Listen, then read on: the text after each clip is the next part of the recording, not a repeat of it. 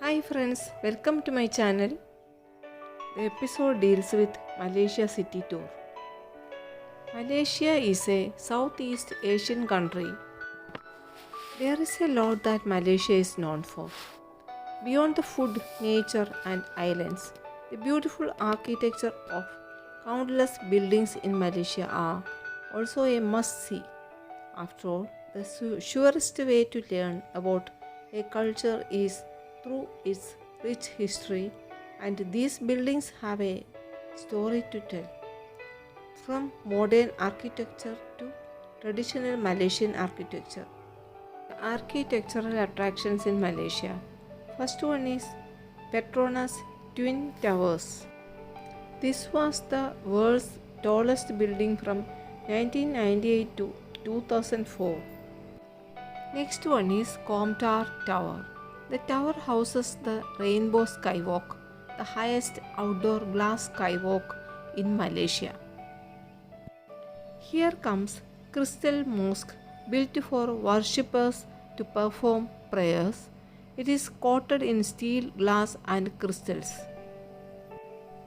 This is Alost Setar Tower. It's a telecommunication tower and tourist destination. This is Blue Mansion. The color is created through mixing lime with natural blue dye and absorbs moisture to keep the building cool. This is Penang Town Hall, a Victorian style building. It's one of the best examples of modern architecture in Malaysia, especially so in Georgetown.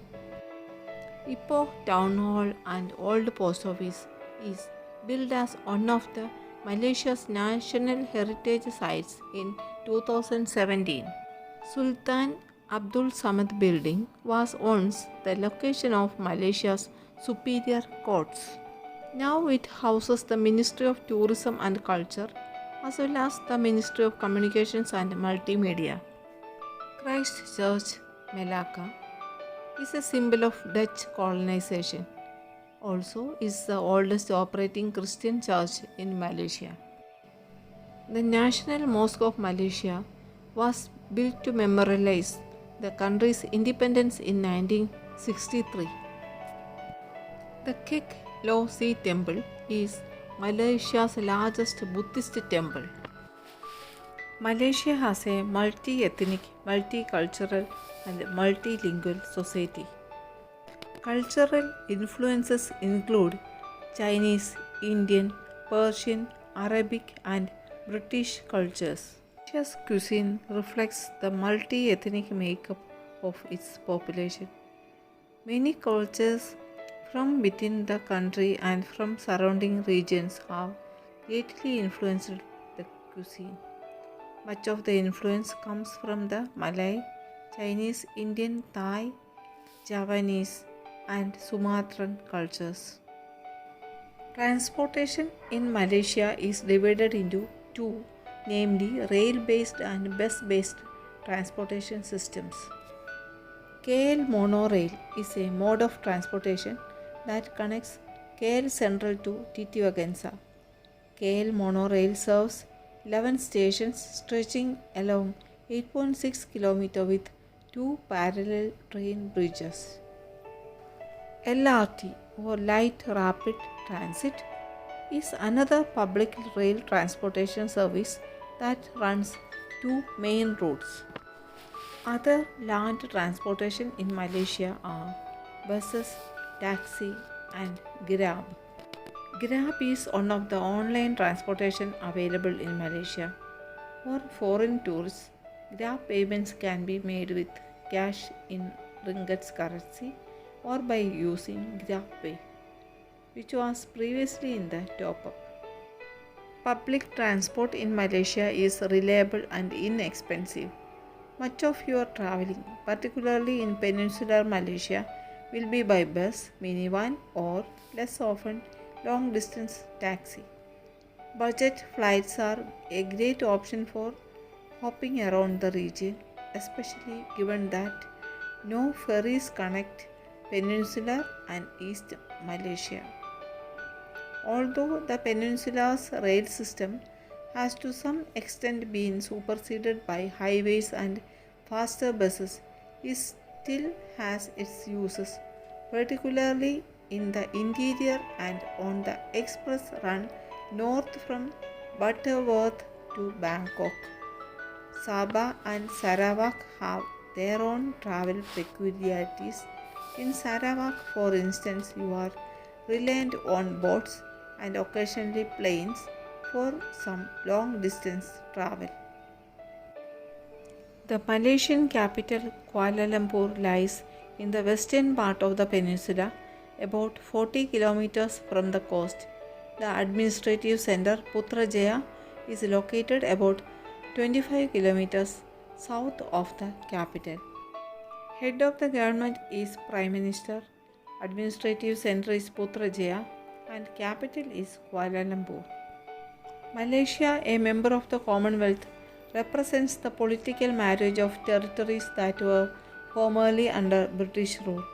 When it was established on September 16, 1963, Malaysia comprised the territories of Malaya, the island of Singapore, and the colonies of Sarawak and Sabah in the northern Borneo. The northeast monsoon brings heavy rain and rough seas to the exposed coast, and it sometimes causes flooding in the eastern part of the peninsula. The soils of both portions of Malaysia have been exposed for a long period of time to intense tropical weathering, with the result that most of their plant nutrients have been leached out. Soils typically are strongly acidic and coarse textured and have low amounts of organic matter. Any organic matter is rapidly oxidized when exposed to weathering, and the soils consequently become even poorer. Soil erosion is always a danger on sloping ground, where such preventive measures as building contour embankments or planting protective cover crops are required. Only a small proportion of the soils of peninsular Malaysia is fertile, necessitating regular application of fertilizer to sustain crop yields. The former General Post Office building is often mistaken for part of the Sultan Abdul Samad building, perhaps because they are situated adjacent to each other and striking similarities in their design. But the former General Post Office is by no means part of the Sultan Abdul Samad building. In fact, the former General Post Office was completed in 1907, 10 years after the Sultan Abdul Samad building was completed. It was where the General Post Office was housed until 1987, when GPO moved to the new building at Deyabhumi complex. The National Library of Malaysia, Perpustakaan Negara Malaysia, is a library established under National Library Act 1972 in Kuala Lumpur, Malaysia.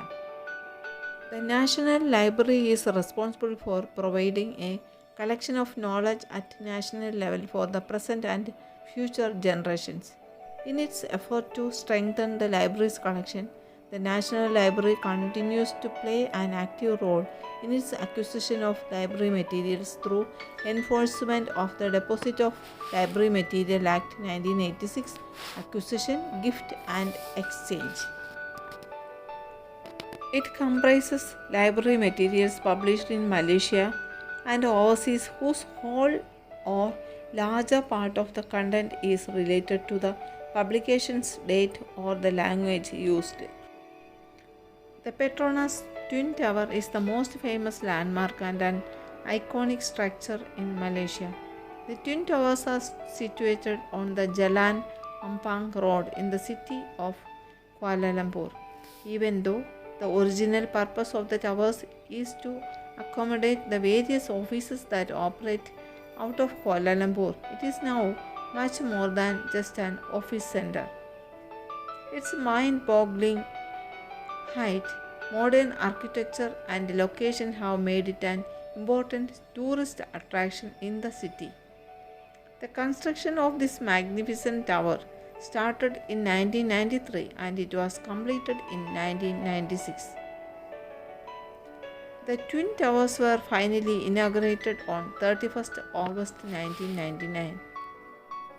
The two towers are joined on the 41st and 42nd floor by a spectacular double-decker sky bridge. The 192 feet long bridge is the highest two-story bridge in the world. The sky bridge also acts as a safety device and stabilizing structure against turbulent winds in bad weather conditions. In Malaysia, we can see Little India, a colorful maze of textile shops and jewelry stores, plus low-key restaurants serving dosa pancakes and banana leaf curries. Or by KL Central Station, there is a mix of laid-back trattorias, upscale bistros, and classic cocktail bars. Sri Kanthaswamy Kovil is a Hindu temple with golden statues, while Buddhist Mahavihara temple features a Bodhi tree and domed pagoda. Malaysia is a multicultural society. The main ethnic groups are the native Malays as well as large populations of Chinese and Indians. When visiting the country, it is clear that the ethnicities retain their religions, customs, and way of life. The most important festivals of each group are public holidays. Malaysia has become home country for more than 28 million people and it has taken the 43rd place under the category of most populated countries in the world. Even though the city of Putrajaya is considered as administrative capital of Malaysia, Kuala Lumpur is the most populated and capital city of Malaysia, which is also recognized as major economic hub of the region. When it comes to Malaysian economy, it has transformed into manufacturing dominant economy from the agrarian dominant economy as a result of the new economic policies which were mainly introduced by one of the prominent leaders, Mr. Mahathir bin Mohamad, the former Prime Minister who revolutionized Malaysia into a foremost industrial supremacy. Many locals have started to use English language as their major language and most of the Western customs have been welcomed by the local teenagers such as clubbing, outings and hanging around with friends, mostly in the bars and pubs. Malaysia is an ideal country for both local and foreign based industries and organizations. The government has given more opportunities for the foreign investments in order to boost its economy and as a result of a large number of foreign investment, latest technology and high skilled employees have entered into the country and economy has restructured and diversified. Still, most of the leading business organizations are managed by the government and some business organizations are operated as a combination of government and the private sector. But there is enough room for the private sector businesses to expand their market share and gain higher profits.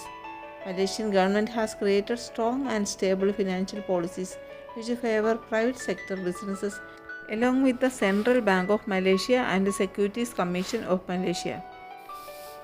Apart from that, Malaysia is considered as one of the world's leading and chief exporter of information and communication technology products, semiconductor devices and the electrical goods. Malaysians are honestly proud about their country because they have the world's biggest financial and banking network and Malaysia is a well-known place for the most excellent health care service and extraordinary high-quality education in the region. The history and cultural life of Malaysia are exhibited primarily in various museums in Kuala Lumpur and several state capitals throughout the country. Built in a Malay architectural style in 1963, the National Museum in Kuala Lumpur houses a diverse archaeological and ethnographic collection that documents Malaysia's social, cultural, artistic, and economic history. Malaysia is home to many art galleries and theatres for the performing arts as well.